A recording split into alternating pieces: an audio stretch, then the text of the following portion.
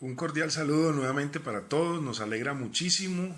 que nos sigan acompañando en esta iniciativa de la Academia de Historia de Norte de Santander.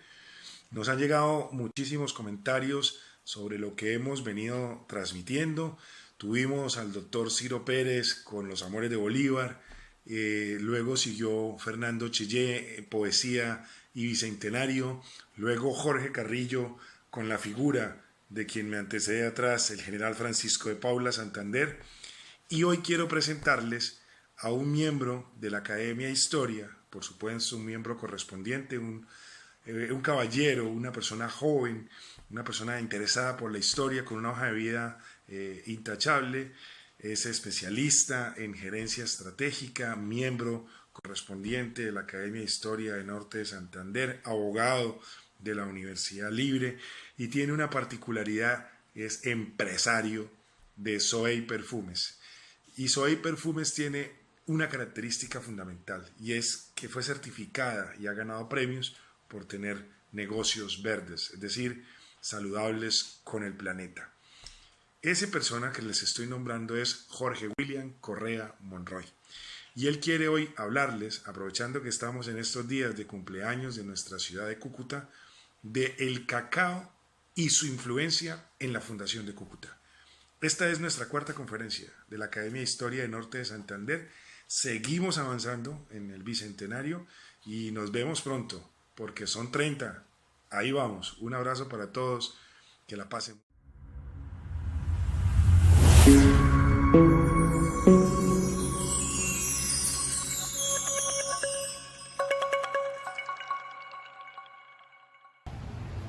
Hola, gracias a la Academia de Historia por crear estos espacios tan importantes que nos permiten contar la historia de nuestra ciudad, de nuestro departamento. Gracias al TRO por ayudarnos a difundir estos espacios también. Nuestro presidente, Luis Fernando Niño, por estar haciendo toda la gestión para que podamos contar nuestra historia. Aquí viene la historia de uno de los productos maravillosos en el mundo, el cacao, y cómo él forma parte de nuestro desarrollo como ciudad y de nuestra creación para la ciudad de Cúcuta. Entonces, el cacao y la Fundación de Cúcuta.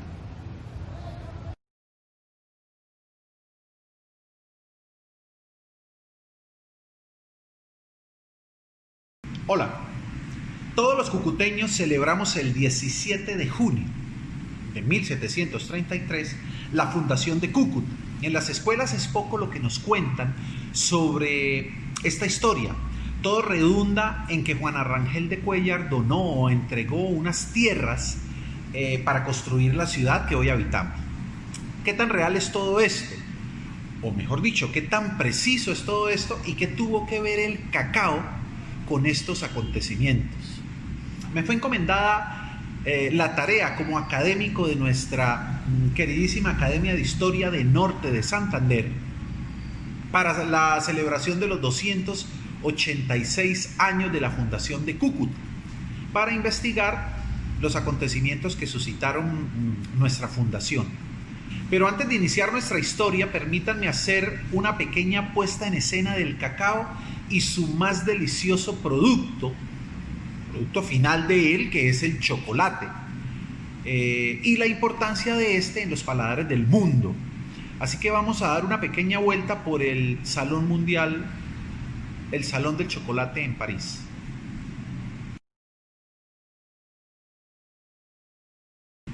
Todos los años París se viste de gala, o mejor, se viste de chocolate, durante 5 exquisitos días para reunir a más de 220 expositores, entre pasteleros, confiteros, pero sobre todo maestros chocolateros de todo el mundo, en el Parque de Exposiciones de París, en donde los visitantes pueden asistir a lo que se llama el Pastry Show, demostraciones, recetas de grandes chefs,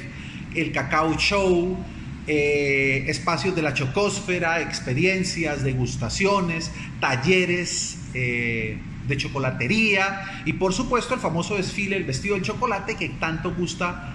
al público, que son hechos con vestidos de chocolate. Millones de dólares se mueven en esta industria del chocolate y es impulsada no solo por eventos como este, sino por el desarrollo del perfeccionamiento de grandes chocolatiers, de esas personas que logran transformar en un producto mágico el chocolate del mundo, pero sobre todo por el tipo de cacao que usan para hacer los mejores chocolatiers del mundo. Cacaos criollos de sabor y aroma.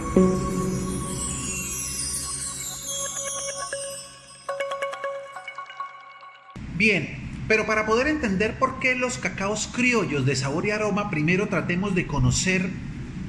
cómo piensa un chocolatier de clase mundial, campeón mundial en la chocolatería. Y hay varios, pero vamos a hablar de una casa muy famosa en el mundo desde hace 200 años, que es la Casa Bonant. Y vamos a hablar del actual chocolatier, uno de los actuales mejores del mundo, que es Stéphane Bonant. Actualmente uno de los mejores chocolatiers del mundo. Es hijo, nieto y bisnieto de chocolateros y pasteleros. Es uno de los 2 o 3 profesionales en el mundo que vincula el dominio completo de su profesión con el origen y la calidad de los granos de cacao.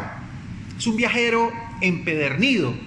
Desde muy temprana edad, desde jovencito, él está visitando cultivos de cacao en Sudamérica para poder conocer y saber todo lo que tiene que ver con el cacao. No solamente en hacer el chocolate, sino la variedad, el grano, cómo se fermenta, cómo se cultiva, para poder llegar a lograr esa perfección en su profesión y poder llevar a Europa los mejores granos para sacar el mejor producto. Y él lleva a sus campesinos, a los campesinos que cultivan, lleva las chocolatinas que han sido campeonas mundiales para que los campesinos las prueben y sepan de qué se trata, qué está buscando él con el tema del cacao.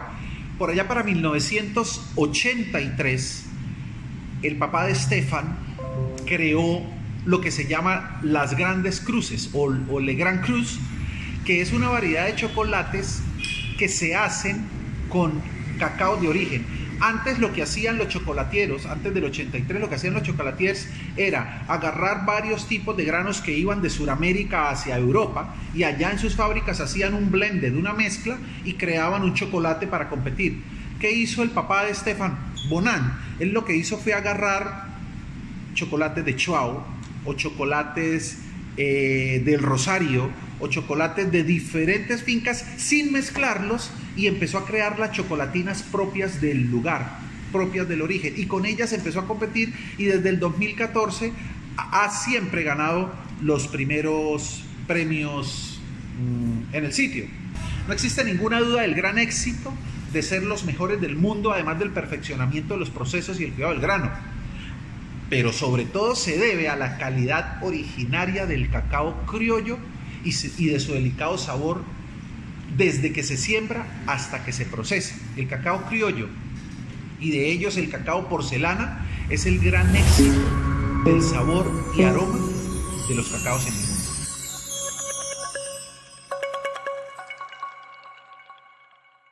Theobroma cacao fue el nombre que el taxónomo sueco Carlos de Nilsson le dio a esta planta, cuyo nombre significa alimento de los dioses. Fue evidenciado por Hernán Cortés por primera vez al llegar al valle de Tenochtitlán en el año de 1519, en donde Moctezuma lo recibió con ánforas llenas de ese espumante y delicioso chocolate, como así lo llamaban ellos, bebida que usaban en sus ritos muy especiales de carácter divino y de medicina de la época. Theobroma cacao. El cacao en tiempos prehispánicos, estamos hablando de unos 3.500 años antes del descubrimiento de América, viaja desde la cuenca del Catatumbo al Amazonas y al resto de Mesoamérica, reconocido por su uso en la cultura olmeca, más o menos unos 3.500 años antes de nuestro descubrimiento. ¿De dónde viene el nombre cacao? El nombre cacao es tomado por los colonizadores españoles al escuchar cómo los aborígenes lo llamaban en su lengua maya yucateca. Le decían cascab, de donde caj quiere decir amargo y cab quiere decir jugo, llegando a las diferentes transformaciones fonéticas, cacagua, hasta la actual conocida como cacao. Hernán Cortés, en sus crónicas de viaje, describe, muy sorprendido, cómo el dinero de los aztecas crece en los árboles, al referirse al uso del cacao como una moneda de cambio en el valle de Tenochtitlán, donde, por ejemplo, un tomate podía costar un grano de cacao, e incluso un esclavo se podía comprar con unas 2.500 semillas de cacao fermentado.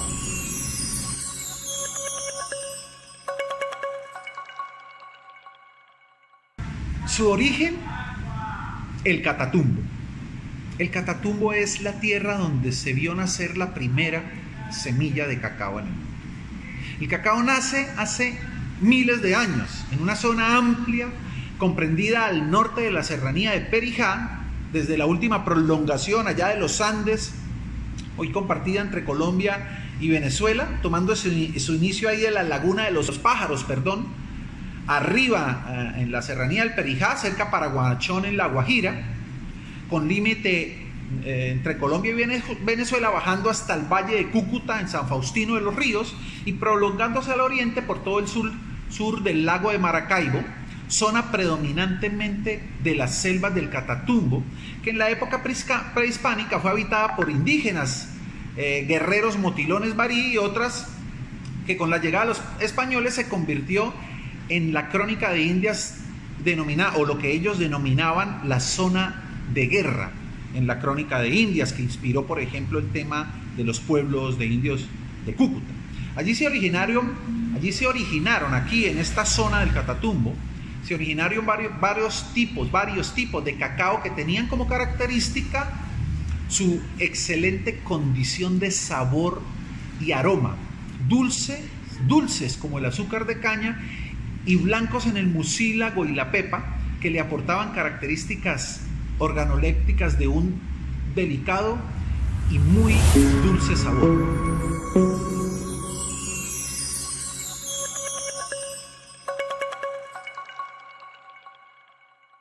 El cacao criollo ancestral. Todo el cacao que aquí se daba era criollo, de semilla blanca.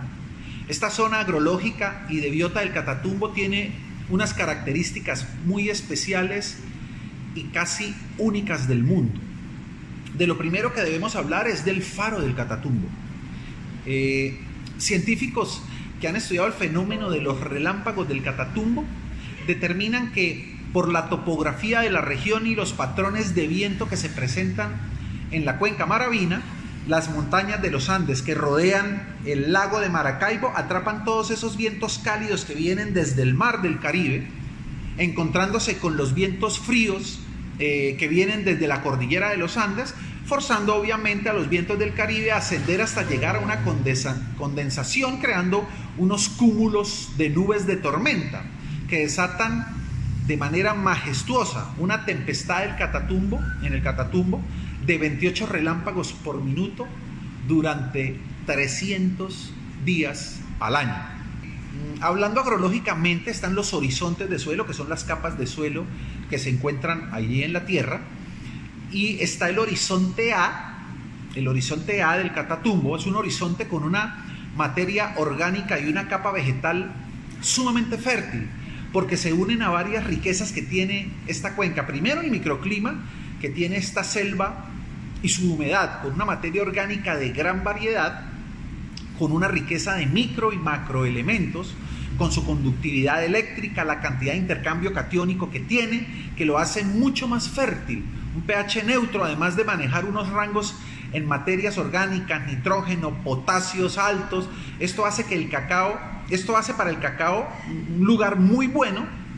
tanto que permitió el desarrollo de estas variedades criollas con la más mínima necesidad de defensas de los metabolitos esenciales de la planta para el control biológico de plagas y patógenos, lo que le permitió obtener esa semilla tan blanca libre de taninos, que son los protectores biológicos de la semilla, y que le permitieron realzar los sabores del fruto tanto crudo como procesado. De allí que algunas de sus variedades criollas fueron bautizadas por los españoles de la conquista como cacao porcelana, como alegoría al blanco resplandeciente y delicado de las porcelanas chinas, o el mundialmente y famoso cacao guasare de la región del Perú.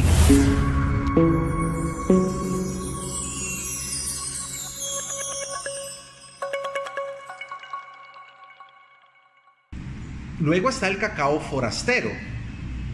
Miles de años atrás, a medida que el cacao sale de la zona de la cuenca Maravina, empezó a experimentar un cambio en las condiciones agrológicas del suelo y el medio ambiente, primeramente en el resto del territorio venezolano y después en Sur y Mesoamérica. El cacao empieza a enfrentar su lucha por sobrevivir en terrenos menos fértiles que los del Catatumbo,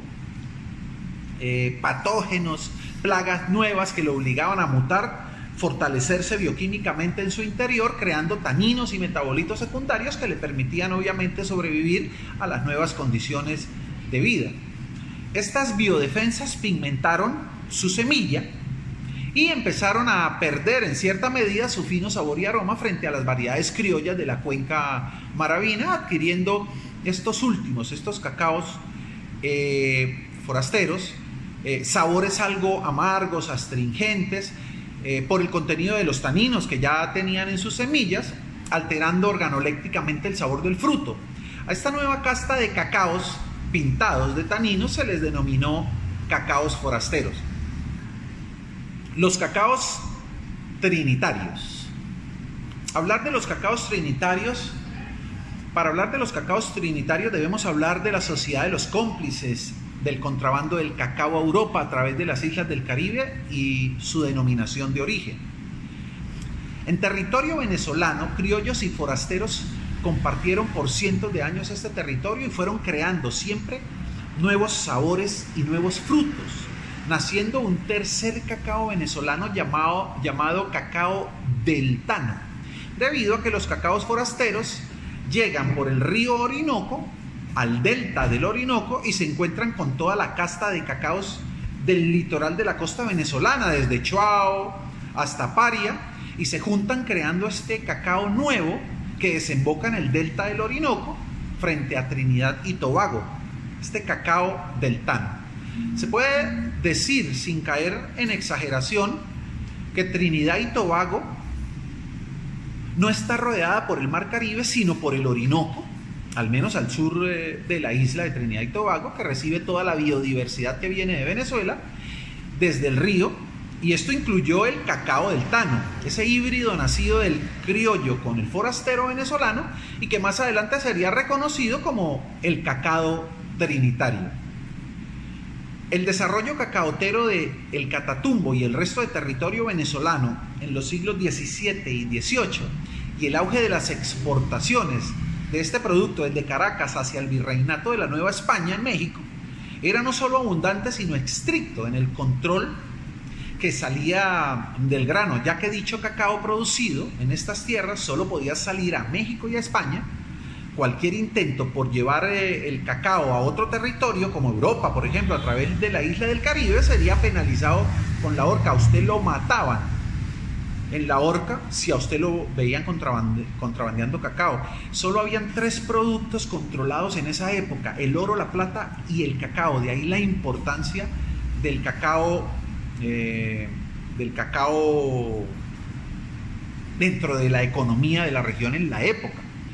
El mejor cacao adaptado a las condiciones agrológicas de la isla trinitaria fue el cacao del Tano venezolano, ese híbrido nacido de la mezcla de los dos cacaos, el criollo del Catatumbo y el forastero que se regó por toda Venezuela y los llanos orientales y del Amazonas. Ese híbrido con dulce sabor y aroma aportado por los cacaos porcelanas y guasareño, y con la resistencia metabólica de los forasteros gracias a los taninos que empezaban a adquirir, creaban la excusa perfecta en aquella época para denominar un cacao oriundo de la isla y así en parte amparar las exportaciones trinitarias hacia el Reino Unido, Holanda, Alemania, entre otras, es decir, cacao europeo. Así nació el cacao trinitario, o por lo menos así lo empezó a reconocer Cheesman y Brouman en 1944, Nosti, Soria y otros investigadores de mediados del siglo XX, en estudios hechos a los diferentes cacaos producidos en nuestras tierras.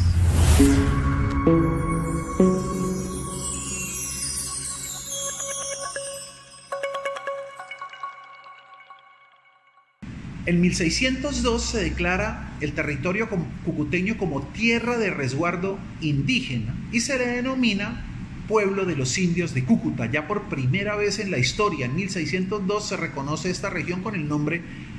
de Cúcuta, que permitiría el adoctrinamiento de los indígenas de la zona, como decían en esa época, dando pasto espiritual a estos salvajes habitantes, así se les decía, a estos salvajes habitantes del Catatumbo, y darles ese pasto espiritual en la Santa Fe Católica. A este acontecimiento en la historia se le denomina, a la historia de Cúcuta se le denomina como las dos doctrinas. Dada la teoría del origen de los asentamientos urbanos en Colombia, las dos doctrinas de la que se desprende por primera vez el nombre de Cúcuta a los asentamientos urbanos de este territorio, en 1602, inicia con la creación de la Capilla de la Doctrina, ubicada en lo que conocemos hoy en el barrio San Luis, y allí convergerían todos los indios y blancos del territorio para renovar su fe. Todo el territorio del pueblo de indios de Cúcuta era cultivado con cacao, principalmente por indígenas, según la Crónica de Indias de 1612, aunque haciendas como la del capitán Alonso Rangel ya eran productoras al iniciar el siglo XVII. En 1622, estas mismas crónicas hacen referencia a la primera exportación de cacao desde el sur del lago de Maracaibo hacia el virreinato de la Nueva España, lo que hoy conocemos como México, con un total de 60 fanegadas. Estas 60 fanegadas equivalen más o menos a 3 toneladas de cacao a pesos de hoy, ¿no? La demanda de cacao por parte de México y por toda la península ibérica es creciente en todo el siglo XVII, lo que obliga a ver al cacao ya no solo como una planta silvestre, sino como una oportunidad de negocios y desarrollo de una nueva economía en crecimiento, por lo que se expande por todo el territorio venezolano el cultivo y el beneficio de la semilla para ser almacenado y llevado a los mercados internacionales del siglo XVII.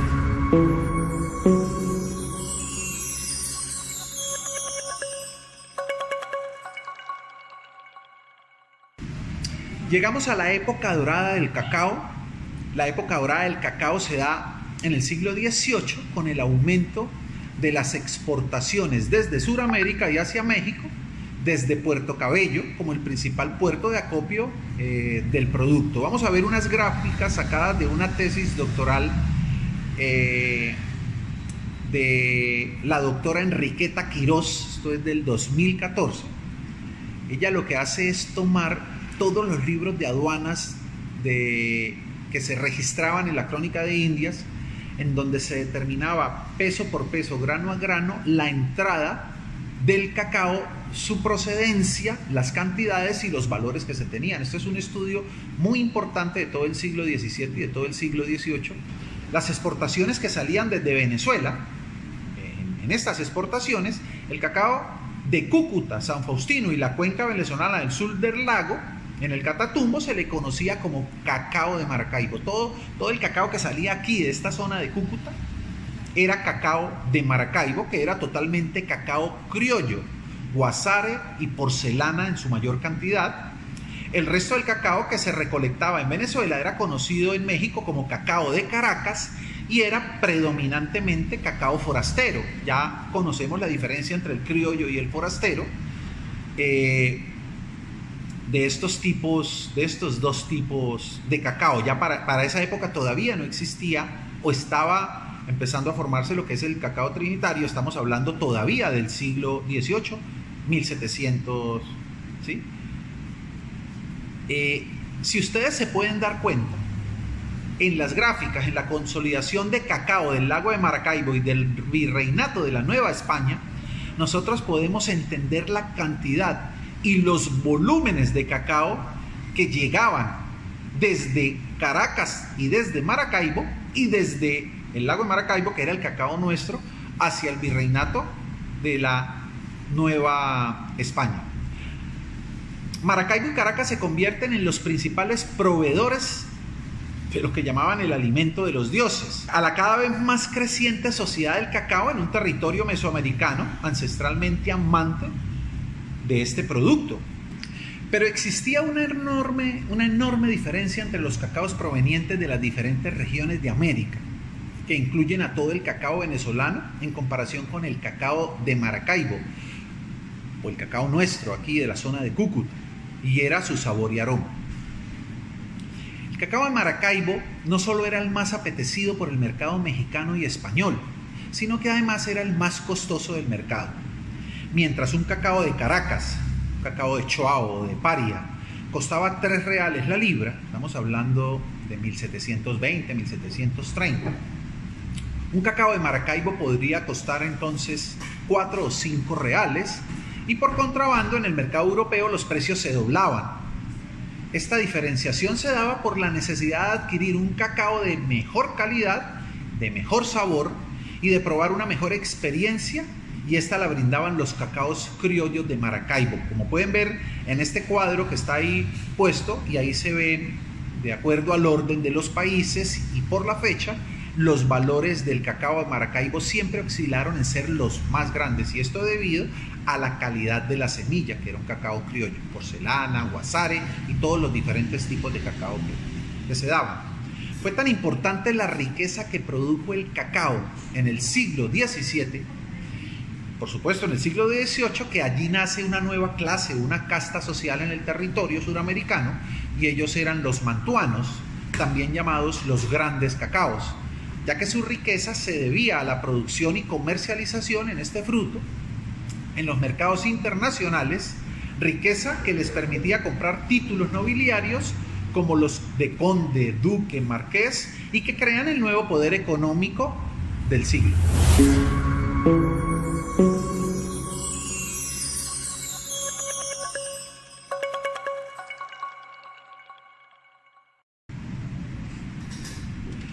Bien, por fin llegamos a donde queríamos llegar en esta conferencia, la influencia del cacao en la fundación de Cúcuta. Ya en 1602 se había reconocido por primera vez el nombre de Cúcuta en nuestro territorio, ya lo vimos anteriormente, en lo que se denominó el pueblo de indios de Cúcuta. Sin embargo, este reconocimiento era dado como tierra de resguardo para proteger a los indígenas, de encomienda, y los colonos blancos que vivían en esta zona no poseían su territorio propio. Es decir, de acuerdo al plan de ordenamiento territorial de la época y sus formas de poblamiento, el blanco no se sentía pertenecer a una población jurídicamente establecida para ellos, ya que ellos eran congregados o reducidos al pueblo de indios, lo que les exigía a los blancos de la época la necesidad inaplazable de salir de la simple discusión de unos límites territoriales a la de pertenecer a una unidad político-administrativa de la época en lo que se conocía como las formas de poblamiento, es decir, la dinámica jurídica de ocupación de un territorio colonial.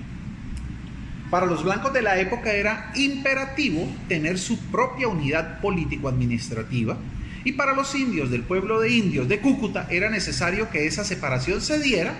para poder poner fin a todos los conflictos por disputa de linderos y uso de tierras para el cultivo del cacao, como sucedió en 1730, cuando los indios de las tierras de resguardo ponen una denuncia en la Real Audiencia por la invasión y uso de territorio de la reserva por los blancos que vivían en la localidad. Entonces, el modelo a seguir, de acuerdo al sistema de ordenamiento territorial de la época, era el de erigir una parroquia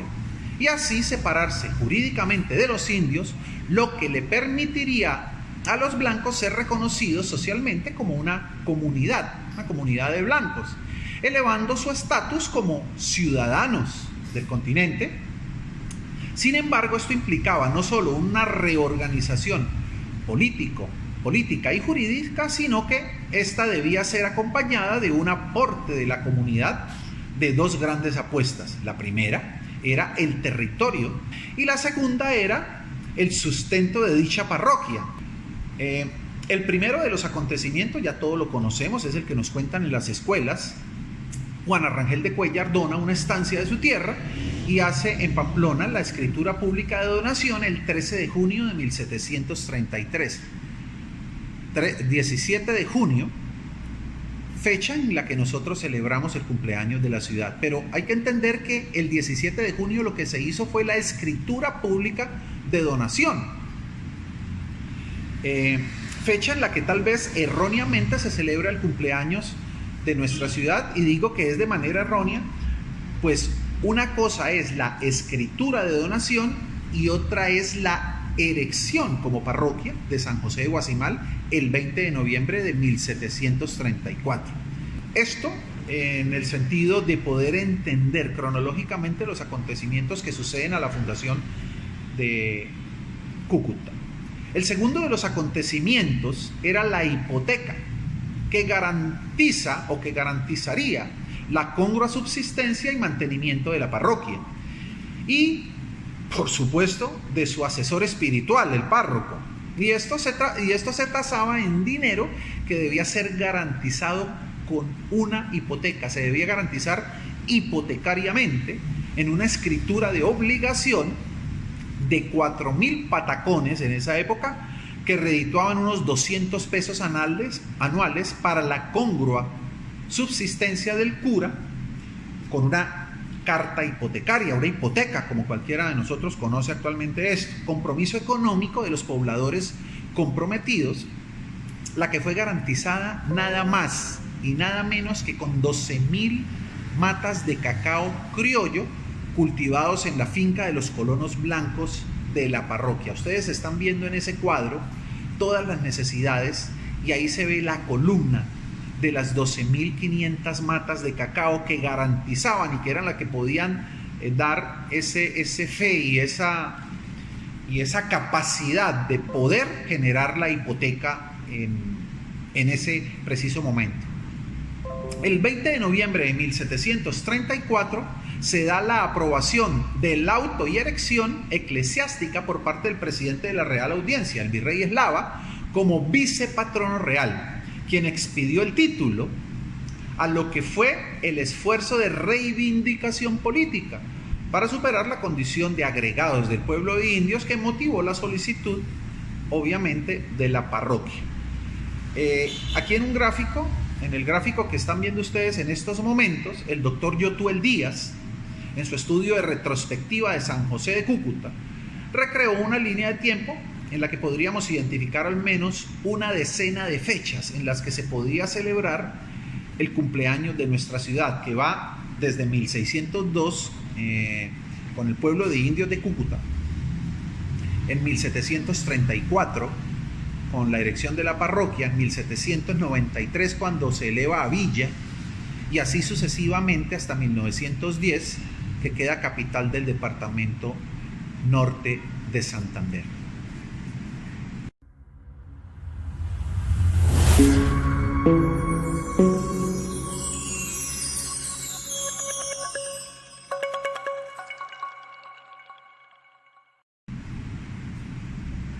Podemos concluir entonces la importancia del cacao de la época, la riqueza que generaba en los colonos de nuestra región y la capacidad que éste le dio a todos ellos para poder cumplir con todos los requisitos que la Real Audiencia exigía para poder convertirnos en ese entonces una parroquia, pero sobre todo una unidad político-administrativa definida para el pueblo de blancos, separada del pueblo de indios. Y esto fue lo que reivindicó la necesidad de todos los pobladores blancos de la época de querer tener su propia identidad político-administrativa y poder separarse de las tierras de resguardo que en ese entonces se le tenían a los indios de la época. Gracias al cacao y al esfuerzo, por supuesto, de Juana Rangel de Cuéllar al donar la estancia de terreno que ella tenía, se pudo en 1734 erigir la parroquia de San José de Guasimal y poder tener a partir de ese momento un terreno administrativamente propio en lo que hoy es la ciudad de Cúcuta. Todo esto gracias a un producto maravilloso, el cacao, pero de todos los cacaos, el cacao criollo, de fino sabor y aroma, un cacao que hoy se ha perdido en nuestra ciudad, en nuestro territorio, y que por allí, en lo más profundo del Catatumbo, de la serranía del Perijá y de toda esta zona inhóspita, se encuentran todavía árboles élite de cacao de más de 200 o 300 años que vale la pena ser recuperados para extraer sus semillas ancestrales y volver a generar unos cultivos de recreación de lo que fue nuestro cacao criollo, porcelana, guasare y otros, para recuperar ese rico sabor y aroma que hoy los grandes chocolateros del mundo buscan por ser el chocolate, o mejor, el cacao de la mayor calidad en sabor y aroma para producir las mejores chocolatinas que compiten en el Salón Mundial del Chocolate. Que esta reflexión nos quede para entender que hay que recuperar lo ancestral, esas tradiciones, pero sobre todo esas semillas que se pueden conseguir y que podemos lograr recuperar en nuestra identidad del cacao criollo del sur del lago de Maracay. Muchísimas gracias.